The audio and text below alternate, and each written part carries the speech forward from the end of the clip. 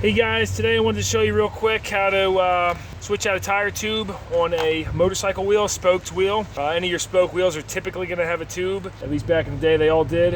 So just wanted to go over some of the basic things you're going to need. It's going to be 2 tire irons for sure, 12mm wrench for your tube nut there, and you're going to need some compressed air. In this case I got some air on my onboard air on the truck.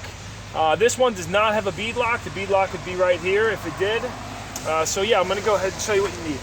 You're also going to need a Schrader valve tool here. I keep one on there all the time. So go ahead and start by releasing your air. Okay, and go ahead and loosen this 12mm and remove this nut here. If you have a bead lock, right now they're usually a 13mm or 12mm nut, but you'll take that nut off and release that bead lock, push that in. So once you've done that, now you're going to go ahead and break the bead. This one broke pretty easily. I'm going to go ahead and do both sides. The only reason I'm actually, you want to be real careful not to bend your rotor, or if it's on the back, your sprocket when you're bending like this. And by the way, yeah, it's a good idea to have a pad down. You might also ask, oh, why is he doing this on the ground? Well, you know what? I like to always do them on the ground because you want to get used to doing trail side repairs. What I'm actually replacing in here right now is a tube I had to patch on the trail side, and so I'm going to go ahead and put a new heavy-duty tube in there. So I'm out here in the rain, the elements, you know, it's drizzling a little bit, and that's the way to do it. Also, I get in the habit on the trail side, I always put some paper towels on both sides of this because, you know, God forbid a little sand gets in there, or somebody blasts by you on the trail or something like that, like a jerk off. You know, you don't want any sand getting up in the bearings where the axle goes. So anyway, I'm going to go ahead and do it. So this is facing up, and that way I'm not bending and prying on this on the bottom. So you're going to go ahead and start where typically your bead lock would be. And you want to be real careful, take the spoon end of this, you want to be real careful not to pinch your tube though, your existing tube if you're reusing that. Or either way really, because, so you stick one in there like that, fold it over, stick the other in, pop this one out, and you know, just like your bicycle tube, just be careful not to pinch that tube. You're going to go ahead and work your way around about 3 to 4 inch intervals. You might be able to get a little bit more depending on how stiff the tire is, and as you go around you'll eventually be able to actually grab the wrong bead there on that one, bottom bead. You'll eventually be able to do it by hand. So pull that all the way up.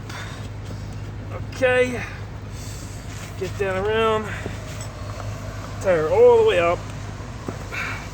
Alright. Now you're going to pop your tube out, push this stem in. Sorry about my voice, these freaking tires can be a pain in the butt, but yeah. Go ahead and pop that out. If you have a bead lock in there, be careful when you're rolling that over that, not to rip the tube or anything. And then you'll go ahead and at this point also remove your bead lock. This tube here, there's really nothing wrong with it, but it's not a heavy duty tube, and I had to do a repair on it. Oh, here it is. I had to do that patch on the trail side. It seems to hold up well, but I'd rather have a new tube in there. So at this point, if you're replacing the tire, you've got the bead lock out, you're gonna pop this up here. You know, we'll take it off anyway for shits and giggles. Go ahead and drop your tire iron in there. Go about 3-4 inches away. Drop it in again. Pop that one out. Same thing, about 3-4 inches. Pop that one. And you know, this is, even if you're just doing a tube, it's actually a great idea either way to pop this off. By the way, these tire irons are the greatest. But whatever, it's better than using a screwdriver, that's for sure. So sorry for taking a minute here. Once you get that off a little bit, you can just squeeze the tire off. Now is a good time to go inside of your tire, look for anything that may have caused your tube to break, or I mean pop, like any nails or obviously or anything like that. Then go ahead on your rim, check out any burrs, you know, check out your bead seating area here, make sure that's all kosher and good and that your rubber is in good shape here. If this is not in good shape, take it off, use either duct tape or electrical tape and call it a day. Anyway, so now that we're going back on with this, I'm gonna take your tire, seat it on as far as you can by hand, right? And then start working your bead over. Obviously only one edge of the bead that you don't want to get over.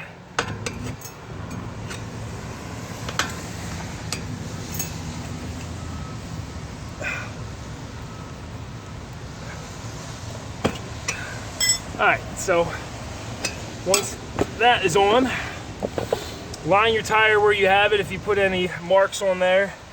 Like I actually think I did, but I'm going to rebalance this anyway. So line that up. Oh, by the way, I failed to mention something. Tire lube's great. I knew this tire wasn't going to be too stiff because it's already drizzling outside, but great idea to spray some of that soapy water or tire lube along the bead for ease. Anyway, now would be a good time if you're using baby powder too, to baby powder up the tube, or some guys even spray them with WD. I mean, I don't really approve of that. I just get a little bit of lube on there. I pretty much want it to stay dry inside of my wheel, you know, even though I'm doing it out here in the drizzle, but what are you gonna do? Anyway, so you're gonna start by, you got the one side on there, take your tube, shove it in here, starting where your stem is gonna go. Bend the tire up, you know, I mean, I don't have to explain to you how to get the stem in here. I mean, I don't really have a specific technique, except for just getting it in there. There are some different techniques I've seen guys use, but I mean, for this wheel, unless you're doing like a old alloy wheel on like a freaking MV Augusta or something, and it takes a tube, I mean, it's pretty easy to get in there. Anyway, so once you got that set, just thread it on a couple turns. Some guys like to put air in a tube first a little bit. I don't typically. I mean, I've also not had a problem popping tubes, so go ahead and shove that tube all the way up in there. Obviously make sure there's no twists or kinks in it. You don't want that. And oh, I'm sorry, I failed to mention, before putting this tube in, you would have reinstalled your bead lock if your rim is equipped with one. The wheel, I don't have one because it's not really a motocross bike, just a trail bike. Never needed one. Anyway, I'm having a little bit of trouble here. This heavy duty tube's a little thicker and a little stiffer. Once you get that in, you're gonna start away from your valve stem, valve core, over on the bead lock side, essentially, where that would be. And go ahead and get them on as far as you can by hand. The less you have to stick a tire iron in this, the better you are off, so you don't pop or pinch the tube. Very common for people to do that. So very important here, as you get this far around, make sure this part of the bead is tucked into the groove of the rim. It has to be, because otherwise this tire would never go on. You would end up ripping the tire. So go ahead and start working your tire irons. Now make sure that tube is not anywhere near the tire iron, because otherwise you're gonna pinch it, and hopefully you have a spare tube. Where's my other tire iron? That's what my question is. Hopefully you have a spare tube or a patch kit, you know? Here she is over here. So I don't just stick them in blind, I kind of check it out in there. So you got that one. Now they actually sell like a rim lock you could put on here to hold the one side bead where it is. That's pretty nice too, if you've got one of those. But I don't, so go ahead and get up in there, you know, I mean, and hold the one side, elbow, and roll that sucker over. If you got tire lube on there, this is when it's really gonna come in handy and be a lot better. So keep going with it, and as you get to this point, now the reason I say start on the other side is because you see how this tire is tucked way into the groove of the rim. If you started on this side, you're not going to be able to do that as effectively because this valve core is going to be in the way. So that's why you start over there, just to let you know. So should be the last one here. I usually go to the straight edge when I'm doing the last one because I don't want to roll over and pinch the tube or anything. And that's it. Pop that on. And now here's a great time to go around your whole tire, look inside, make sure your tube is set properly and not sticking out or anything like that. Because otherwise you're going to fill it up, it's going to bulge at the side. Also a good time to make sure your valve core is straight and not crooked, because if it is crooked, you got to hold the wheel and push the tire.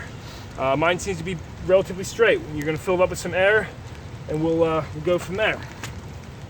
Looks like over here, my tube's actually sticking out just a hair. So, yeah, there we go. Much better, and it probably would have seated itself if I didn't fix that, but whatever. We're gonna be, you know, cautious here because this is their only tube. All right, and it's starting to rain a little harder now. So you're gonna go ahead and put some air in there. And very important here is you putting air in. It's my compressor turning back on. Make sure this valve core stem stays straight. You're gonna fill it up until you see the bead all the way around, fully seat. And you might see some air coming out of there. That's going to be normal because you know, obviously there's air in between the tire and the rim that's going to get squeegeed out of there. But yeah, so looking around, you got a nice uniform bead, and that's good. So now you're going to go ahead and tighten your nut down here. This just gets snug down. Don't freaking over torque this thing, because you'll strip it. Blow the water off of that. Put this on. Obviously set your tire pressure where you need it to be. I usually run about 15 psi off-road. Anything less, I've had a problem with pinching tubes. And I'm gonna pause this and then show you guys my balance setup real quick also. Alright, so if you followed my steps to the T, you'll be at the point where if you want, you need to balance your wheel.